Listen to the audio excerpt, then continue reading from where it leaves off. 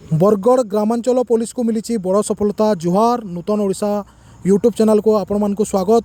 2 दिन पूर्व panchayat college lecturer colony रे घटितबा देव पाणीग्राही हत्याकांड रे आज नुआ मोड़ आसी 2 जन आरोपी को गिरफ्त करिछि बरगढ़ ग्रामांचल पुलिस। सेमाने हेले राकेश विश्वाल, जितेंद्र भोई, जो माने पूर्व शत्रुता को केंद्र करी एपरी हत्याकांड भिथिबा आज निजे स्वीकार करी घटनास्थल को पहुंची सीन रिक्रिएशन माध्यम रे सूचना देथिले एवं यह निश्चित भाव बरगढ़ पुलिस गोटे बड़ सफलता, जो बरगढ़वासी तांको अनेक शुभेच्छा ज्ञापन करिसंती। एवं आपण जदि अनेक एपरी भाव में न्यूज पाइबा चाहूँगी तो आम चैनल को लाइक करंतु, कमेंट करंतु, शेयर करंतु, सब्सक्राइब करंतु। जुहार।